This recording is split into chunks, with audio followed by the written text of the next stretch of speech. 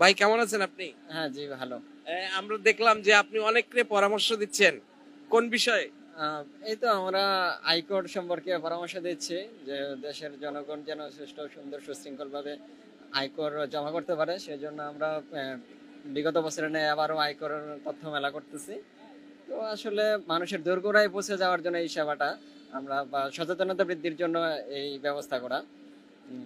Income tax রিডের কর্ণধার শ্রদ্ধেয় sir Amanullah সরকার, উনি এই প্রতি বছরই আয়কর মেলার আয়োজন করে থাকে। তো এই ধারাবাহিকতায় আবারও করা, তো সব মিলে ভালো, মানুষের কাছ থেকে আমরাও রেসপন্স পাচ্ছি ভালো।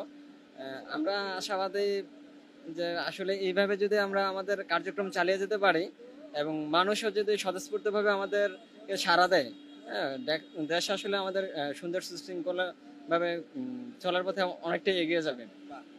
অনেক ভাই, একটা ইনফরমেশন আমি জানতে চাই, সেটা হলো পৃথিবীর বিভিন্ন দেশে তাদের ইনকাম বা তাদের স্যালারির সাথে সাথে তাদের ইনকাম ট্যাক্সের অংশটা কিন্তু কেটে যায় স্যালারি থেকে, কিন্তু আমাদের দেশে বেসরকারি প্রতিষ্ঠানে এরকম কিন্তু খুব কমই আছে ইনকাম ট্যাক্সের আওতায়। তো এই বিষয়টা কি একটু গুরুত্ব দেওয়া উচিত কিনা, আপনি কি মনে করেন?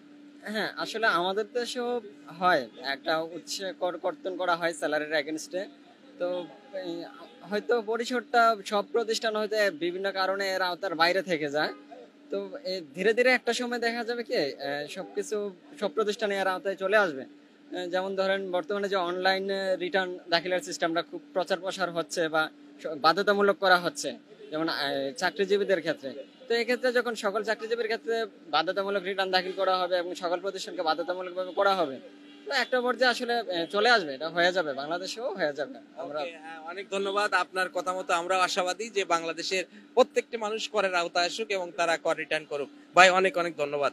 আপনাকেও ধন্যবাদ। যখন সফল